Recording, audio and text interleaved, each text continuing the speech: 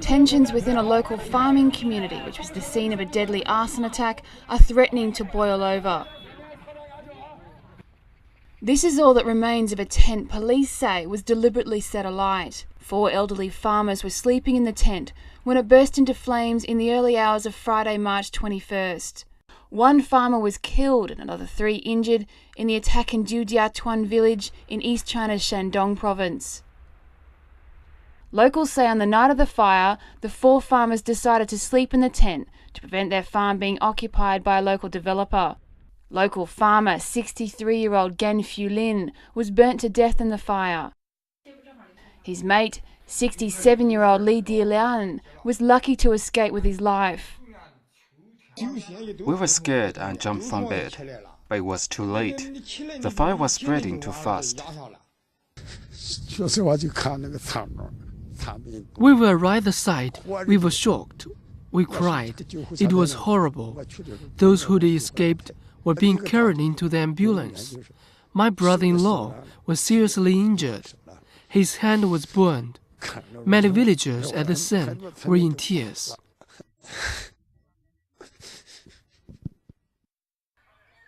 Police have so far arrested 7 suspects in connection with the blaze. They allege the mastermind behind the attack is the legal representative of a real estate developer and a village official. 4 days after the fire, farmers expelled 2 local government officials they say were attempting to coerce families into revealing details of their relatives. They say the highly unusual move was another attempt to put pressure on them to sell up. Last night, a group of local officials entered our village and knocked on our door. They said to register our relationships. I think it's another attempt to coerce us. We drove them from our village and confiscated the information they'd already obtained. The dispute has been raging since 2006 when the local government approved the transfer of around 90,000 square metres of farmland to a real estate developer. According to a testimonial from the local Land and Resources Bureau, farmers whose land was to be transferred voluntarily opted out of negotiations. The Bureau claims a compensation scheme was approved at a meeting attended by representatives of the farmers, but local farmers dispute this. The majority of farmers don't agree with land requisition by the government because we've not been properly informed about the details of selling our land. There were no meetings and no discussions. The local government sold our farmland without telling us. While some farmers dispute they've ever agreed to sell their land at all, those who have agreed are in dispute with the government as to just how much compensation should be paid and how it should be divided. In April of 2013, the developer paid the local government more than 8.2 million yuan, more than 1.3 million US, for buildings and crops and to pay yearly subsidies. This money was distributed to the 69 families who had allegedly agreed to give up their land.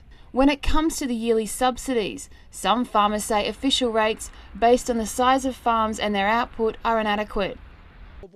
My farm supported me.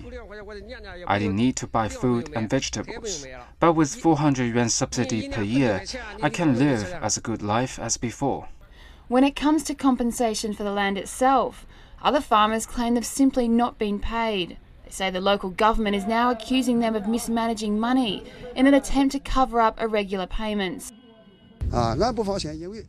We've seen what has happened to farmers of our neighboring village.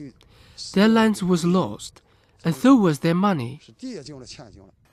Each farmer has only a patch of land which has been passed down from old generations. It has been there for hundreds of years. It's the only asset we have.